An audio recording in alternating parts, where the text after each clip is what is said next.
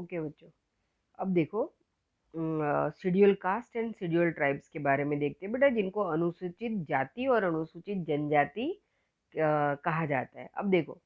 कि the Indian constitution does not give a clear cut definition of the schedule cast and schedule tribes. ठीक है बेटा, हमारे संविधान में अनुसूचित जाति और जनजाति की कोई क्लियर डेफिनेशन नहीं है, लेकिन this has been specially referred to the order of the president on the advice of the governor of the respective state. लेकिन किसी भी स्टेट के गवर्नर के एडवाइस के हिसाब से बेटा, बराबर, उनके सलाह के हिसाब से जो देश के राष्ट्रपति होते हैं वो उस स्टेट के अंदर उस राज्य के रहने वाले कुछ पर्टिकुलर जाति और जनजाति के लोगों को बेटा अनुसूचित जाति और अनुसूचित जनजाति की मतलब कैरेक्टरिस्टिक्स में उसको रखते हैं और उनको एक तरीके से देखा जाए तो कैटेगराइज किया जाता है। In the Indian Constitution, provisions have been made to prevent the caste-based exploitation, to wipe out the injustice to them through the equality and fraternity, and to see that the progress socially, economically, politically and educationally। एक तरीके से देखा जाए बेटा तो ज्ञातिवाद के कारण बहुत सारी ऐसी ज्ञातियां हैं, बराबर, और उनके अंदर छिपी हुई बहुत सारी जनजातियां हैं जिनका कहीं ना कहीं एक्सप्लोइटेशन उनका ना हो बेटा, उनका शोषण ना हो, उनके साथ अन्याय ना हो, उनको समानता का एक तरीके से इक्वालिटी का बेटा उनको अधिकार मिले और इससे वो वंचित नहीं रह जाएं और उनके अंदर संकुचितता का भाव बेटा ना रहे, बराबर, क्योंकि वो कॉमन एक तरीके से देखा जाए बेटा तो देश की विचारधारा के साथ जुड़े हुए लोग नहीं है, बराबर। ये दूर दराज इलाकों में ऐसे लोग हैं जो कहीं ना कहीं प्रॉपरली अभी भी जो समाज है उससे काफी दूर है, तो कहीं ना कहीं उनके अंदर वो एक संकुचितता का भाव ना हो, इसकी वजह से इनको सामाजिक, आर्थिक और शैक्षणिक रूप से जो है बेटा इनके हितों का ध्यान रखते हुए हमारे कॉन्स्टिट्यूशन ऑफ इंडिया ने पर्टिकुलरली कुछ स्पेशल प्रोविजंस जो है बेटा वो बनाए हुए हैं। तो इसमें हम आर्टिकल 341 के थ्रू देख सकते हैं कि according to article 341 those caste included in the schedule are called the schedule caste. Article 341 के हिसाब से बेटा कुछ ऐसी कास्ट है जिसको अनुसूचित जातियों के अंदर जो है बेटा ये जो ज्ञातियां होती हैं उसमें अनुसूचित जातियां होती हैं, बराबर ना, उन जातियों में उनको कैटेगराइज किया गया है, मतलब उनको आइडेंटिफाई किया गया है कि ये जो जातियां हैं ये अनुसूचित जातियां कहलाएंगी। ऐसे ही नीचे के पैराग्राफ में अनुसूचित जनजाति को आर्टिकल 342 में बेटा आइडेंटिफाई किया गया है कि while those castes which are included in the schedule of the article 342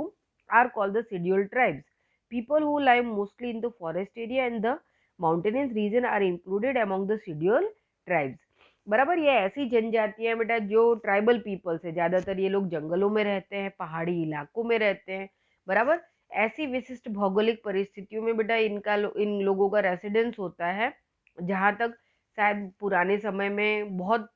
कम एक तरीके से कम्युनिकेशन सिस्टम होता था, तो इनके बारे में देश के दूसरे प्रदेशों में जानकारी कम रहती थी बेटा। आज भी हम पहाड़ी इलाकों में चले जाते हैं, आइलैंड ग्रुप्स पे चले जाते हैं बेटा, जंगलों में जाते हैं तो हमको बहुत अलग अलग तरीके के है ना, हम आदिवासी लोग उनको कहते हैं, ट्राइबल पीपल्स कहते हैं। तो ऐसी कई जनजातियां, इनकी अपनी एक भाषा होती है ना, और शायद हमारी समझ के बिल्कुल बाहर होती है। तो ऐसे लोग बेटा जिनकी बस्तियां बहुत छोटी छोटी, इनकी पॉपुलेशन बहुत कम होती है, लेकिन फिर भी इनको एक तरीके से देखा जाए तो प्रोटेक्शन देने के लिए हमारे आर्टिकल 342 में बेटा इनको एक तरीके से अनुसूचित जनजातियों में इनको आइडेंटिफाई किया गया है, इनकी पहचान की गई है और इनके अधिकारों को वहां पे सुरक्षित रखा गया है। तो हम देख सकते हैं बेटा कि आर्टिकल 341 में अनुसूचित जाति और आर्टिकल 342 में अनुसूचित जनजाति, बराबर ना। जैसे ज्ञाति होती है, ज्ञाति के अंदर बेटा बहुत सारी जातियां होती है ना, जैसे मैं सिंपली अगर आपको एग्जांपल दूं कि भाई जैसे ब्राह्मण लोग हैं तो ब्राह्मणों में भी कई तरीके के ब्राह्मण होते हैं भाई, के सरयुप्रारी ब्राह्मण होते हैं, कानकुब्जी ब्राह्मण होते हैं, ऐसे अलग अलग होते हैं। फिर जैसे अपने गुजरात में पटेल लोग होते हैं बेटा, तो कितने तरह के अलग अलग तरीके के कड़वा पटेल होते हैं ना, पाटीदार होते हैं ना, सब अलग अलग तरीके के। तो बेटा वो कास्ट के अंदर भी हम देख सकते हैं कि कितनी सारे अलग अलग तरीके के वो बन जाते हैं, सबके ग्रुप बन जाते हैं। तो ऐसे ही ये जातियां और जनजातियां भी बेटा इसी तरीके से समझ लो कि एक ग्रुप पीपल्स हैं जिनकी आबादी बहुत कम है, जिनकी भाषा जो है बिल्कुल एकदम देखा जाए तो पहचान से परे है, समझ से परे है, मतलब पहचान तो हम नो डाउट उसके बारे में थोड़ी बहुत जानकारी हासिल करके उसको कहीं न कहीं प्रोटेक्ट कर सकते हैं, लेकिन शायद वो बोलने वाले लोग आने वाले समय में नहीं रह जाएँगे, तो उनको इस तरीके से प्रोटेक्ट करना हमारी ज़िम्मेदारी में आ जाता है। तो हमारे कॉन्स्टिट्यूशन ने इस तरीके के प्रोविज़न्स बनाए हैं बेटा। अब देखो वो प्रोविज़न्स क्या है कि for the development and welfare of the scheduled caste and scheduled tribes the following provisions are made in the constitution, these are as follows. अब देखो कि वो क्या है बेटा। According to the article 15 of the constitution, ठीक है, आपने अभी शायद 2-3 साल पहले एक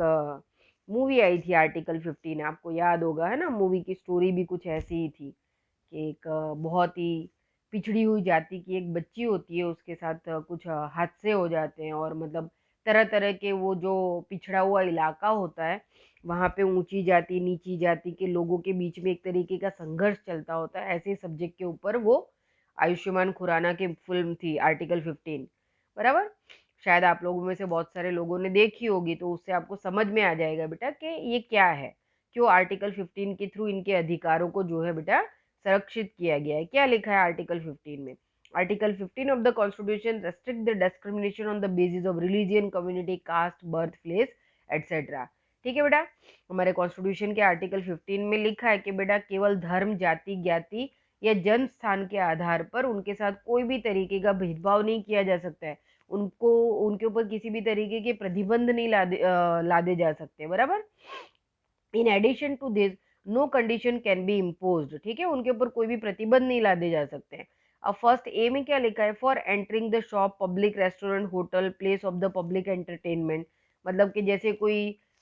शॉप है बेटा, दुकान है, रेस्टोरेंट्स है, होटल जैसी प्लेस है,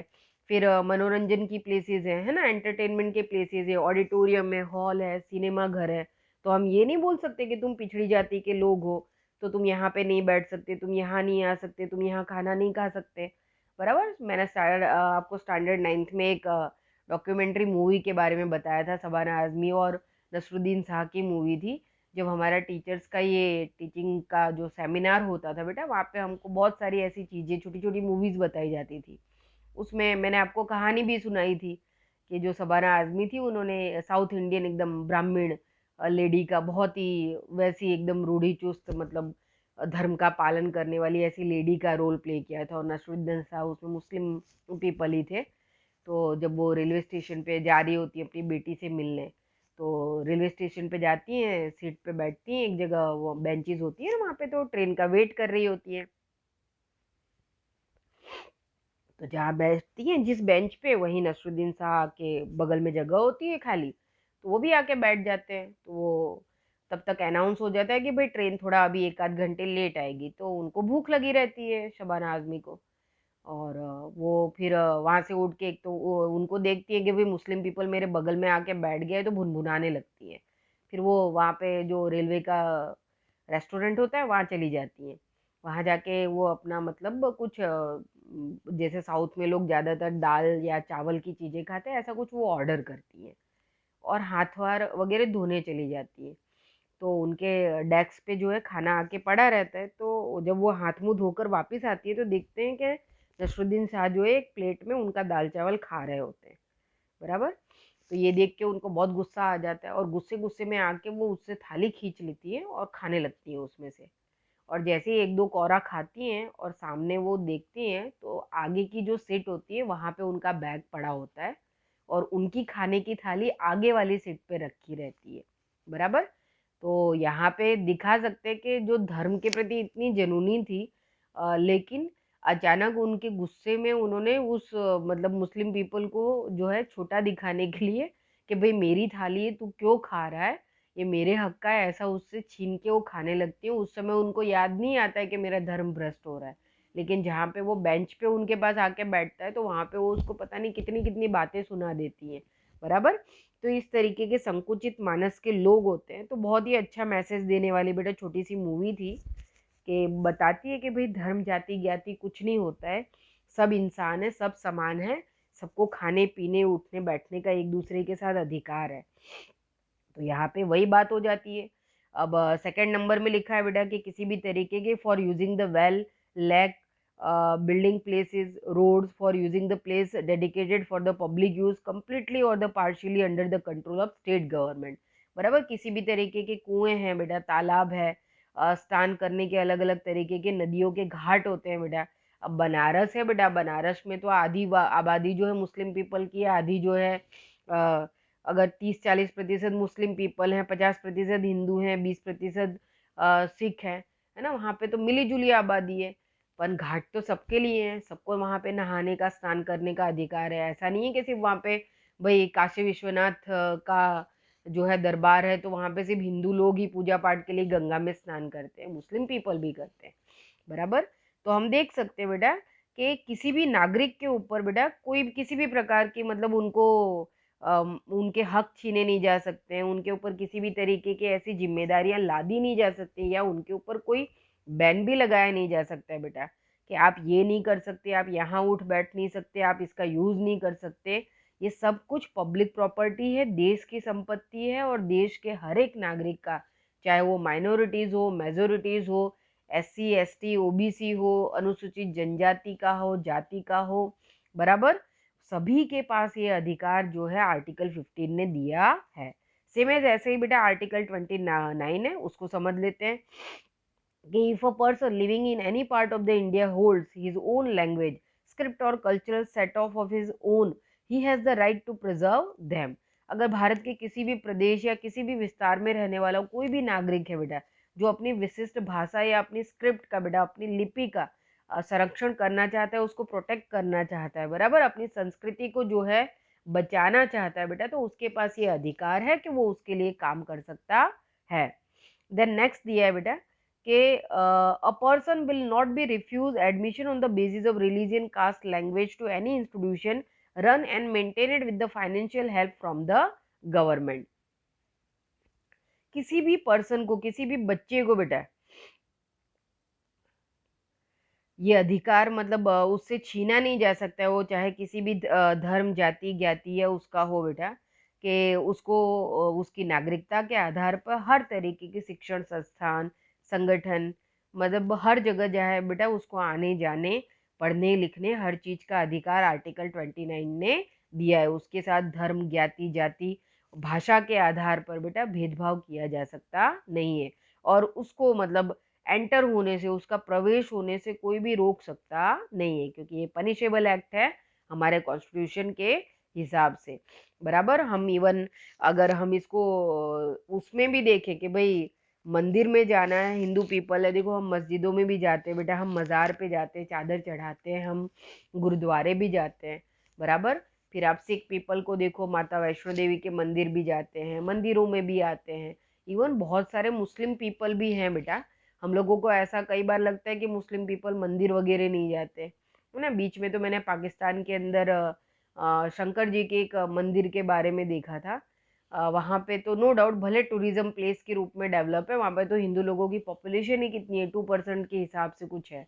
पर वहाँ पे आप देखो तो स्कूली बच्चे विजिटिंग के लिए आए थे, बहुत सारे लोकल लोग थे या फिर टूरिस्ट लोग थे जो मुस्लिम पीपल थे, लेकिन फिर भी वो हजारों साल पुराना शिव मंदिर है, उसको मेंटेन रखा गया और उसको देखने के लिए मुस्लिम पीपल आते हैं, बराबर। और बहुत ही श्रद्धा के साथ चप्पल वप्पल उतार के मंदिर के अंदर जाते हैं, भले वो हाथ नहीं जोड़ते, अपने हिसाब से दर्शन करते हैं, लेकिन फिर भी हम देख सकते हैं बेटा कि सबकी अपनी अपनी भावनाएं होती है और उसका संरक्षण किया जाना चाहिए। तो आर्टिकल 15 और आर्टिकल 29 बेटा शेड्यूल कास्ट और शेड्यूल ट्राइब्स को बेटा एक तरीके से उनके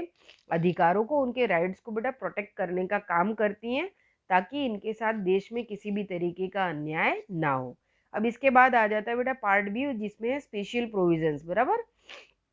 अब इसको देखते हैं हम आगे।